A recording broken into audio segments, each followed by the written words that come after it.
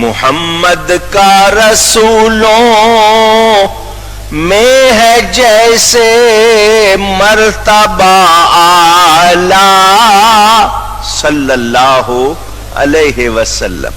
محمد کا رسولوں میں ہے جیسے مرتبہ اعلی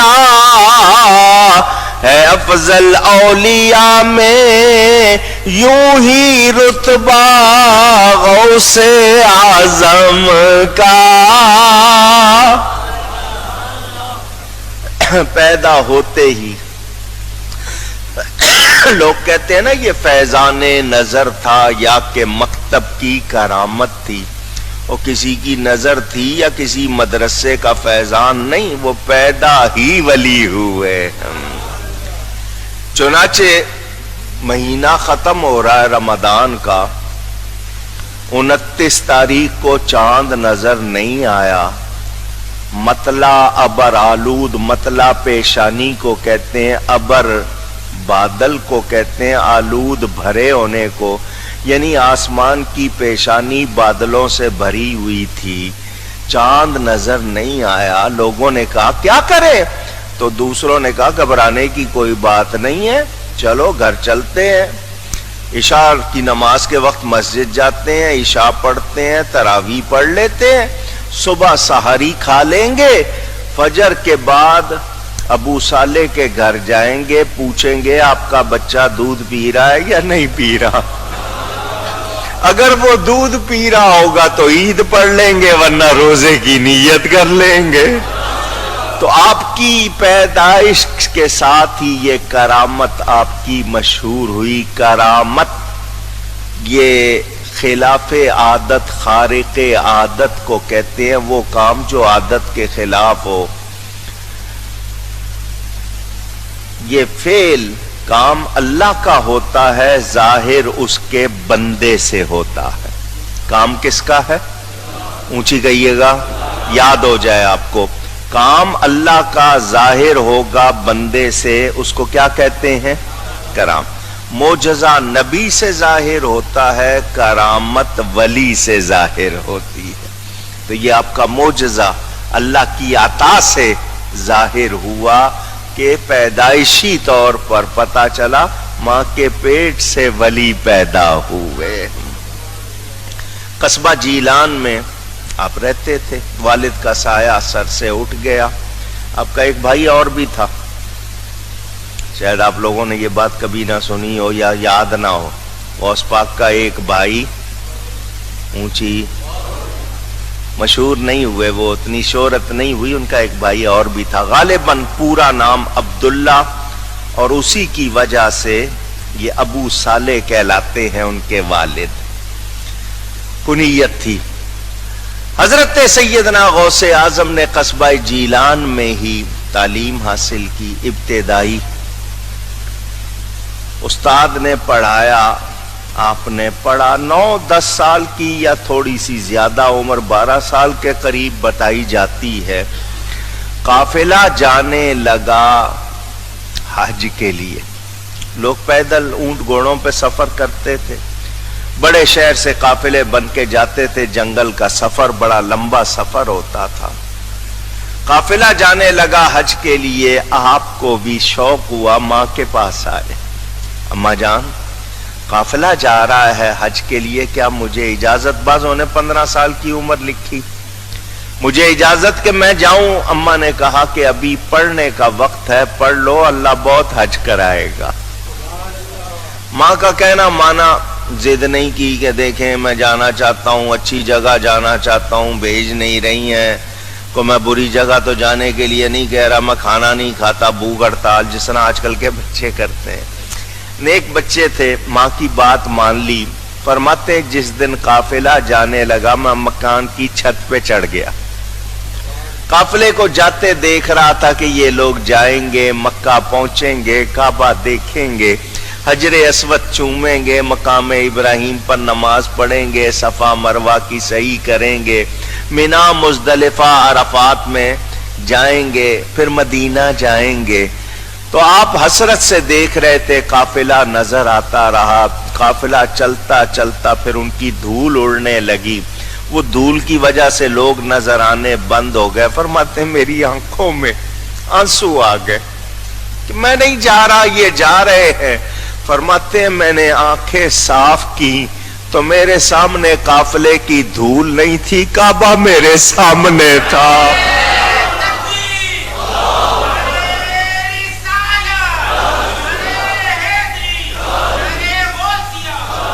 میں دیکھ رہا تھا لوگ طواف کر رہے ہیں، کعبہ بالکل میرے سامنے۔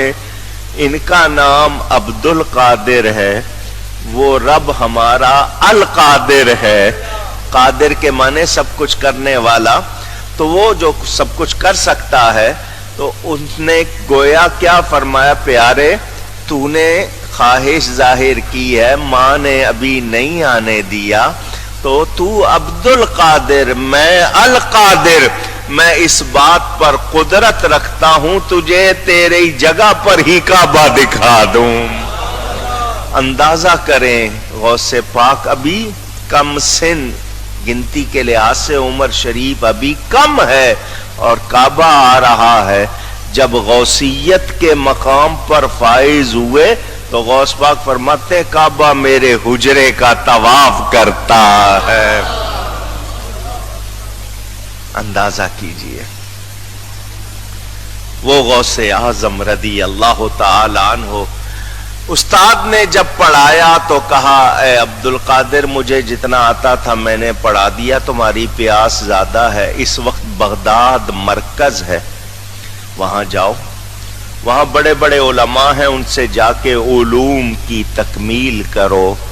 ماں کے پاس آئے، استاد کی بات بتائی، ماں نے کہا بیٹا تیاری کرو، حالانکہ تم میرے بڑھاپے کا سہارا ہو لیکن میں تمہارے راستے میں رکاوٹ نہیں بنوں گی، شوق سے جاؤ۔ ماں نے ایک کرتا سیا، ماں کے پاس 80 دینار تھے سونے کا سکہ، 40 دوسرے بیٹے کے لیے رکھ لیے، 40 غوث پاک کے کرتے میں اندر کی طرف ٹانکے لگا کے سی دیے، کرتا پہنا دیا، بیٹے کو چوما، رخصت کرتے ہوئے فرمایا بیٹا مجھ سے وعدہ کرو کبھی جھوٹ نہیں بولو گے، کبھی، اونچی کہیے، آپ کو یاد دلا رہا ہوں، کبھی جھوٹ نہیں بولو گے۔ ماں جی آپ سے وعدہ کرتا ہوں کبھی جھوٹ نہیں، فرمایا میری طرف دھیان نہ دینا، اب میری تمہاری ملاقات حشر میں ہوگی، ایسا کوئی کام نہ کرنا کہ میرا سر جھک جائے، میرا شرم سے سر جھک جائے، ایسا کوئی کام نہ کرنا، دھیان سے پڑھائی کرنا۔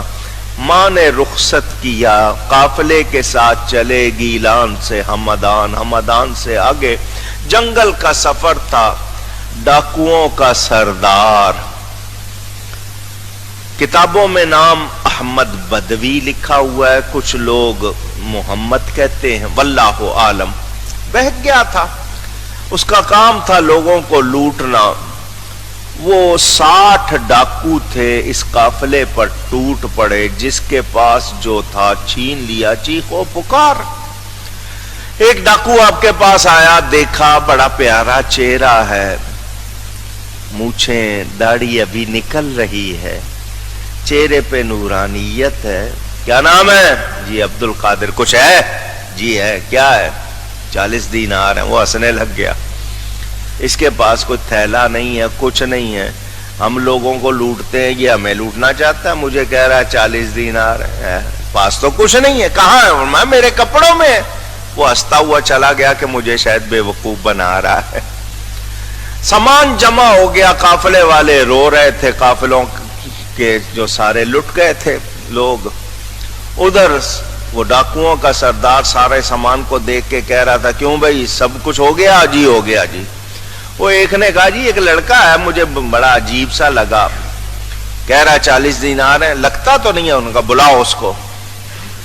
ڈاکوؤں کے سردار نے بڑے بڑے چہرے دیکھے تھے مگر اللہ کے ولی کا چہرہ نہیں دیکھا تھا، چہرہ دیکھا، بڑا متاثر ہوا، کیا نام ہے؟ جی عبد القادر۔ کہاں سے آئے ہو؟ جی گیلان سے۔ کہاں جا رہے ہو؟ بغداد جا رہا ہوں۔ کیوں جا رہے ہو؟ دین کا علم حاصل کرنے کے لیے۔ کیا ہے تمہارے پاس؟ فرمایا 40 دینار ہیں۔ اس نے کہا مذاق کر رہے ہو یا سچ کہہ رہے ہو؟ فرمایا سچ کہہ رہا ہوں۔ کہاں ہے؟ جی کپڑوں میں۔ اس نے کہا دکھاؤ۔ ٹانکے کھولے تو 40 دینار نکل آئے۔ وہ دیکھتا رہ گیا، کہنے لگا لوگ ہم سے چھپاتے ہیں اور تم خود بتا رہے ہو؟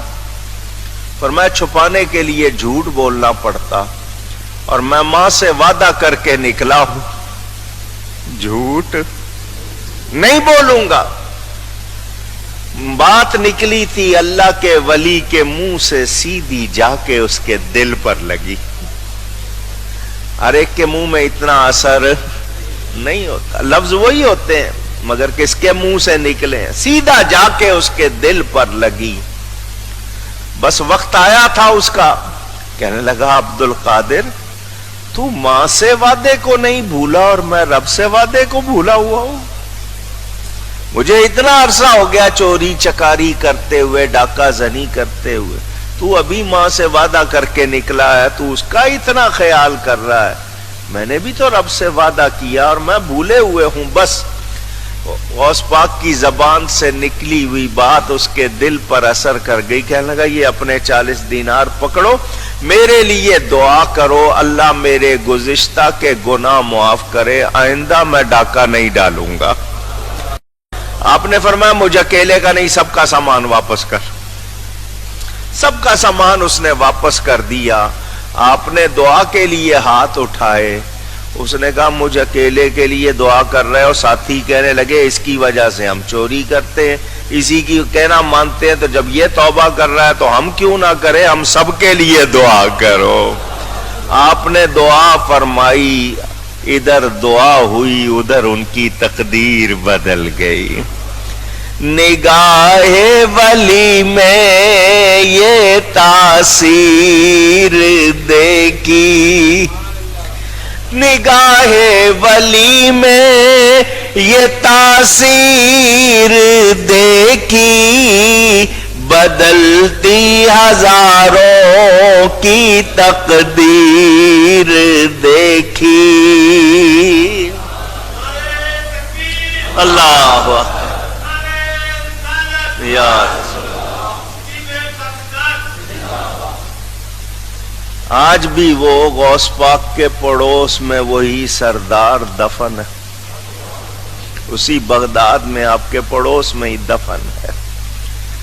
دنیا اس کو اب ولی اللہ پکارتی ہے، توبہ کی اس نے اور ولی بن گیا۔ سیدنا غوث اعظم نے بغداد پہنچ کر حضرت ابو سعید مبارک مخرمی یا مخزومی کہلاتے ہیں رضی اللہ عنہ کے مدرسے میں جا کر تعلیم حاصل کی۔ استاد نے اپنی گدی پر بٹھا دیا، پڑھ لیا، اب پڑھاؤ، اب پڑھاؤ۔ سیدنا غوث اعظم پڑھاتے تھے اور بڑے بڑے علماء پڑھتے تھے۔ دینی مدرسہ، وہی چٹائی پہ بیٹھنا۔ آپ کے علم کا اتنا شعرا، دور دور تک لوگوں کو پتا چلا کہ ایسے عالم کبھی کبھی ظاہر ہوتے ہیں، دنیا آتی اور آپ کے علوم سے فیضیاب ہوتی ہے۔ سیدنا غوث اعظم پھر نکلے، مجاہدہ کیا، مجاہدہ اللہ کے لیے، حالانکہ مادر زاد ولی اللہ ہے مگر نفس کو قابو کرنے کے لیے مجاہدہ، کوشش۔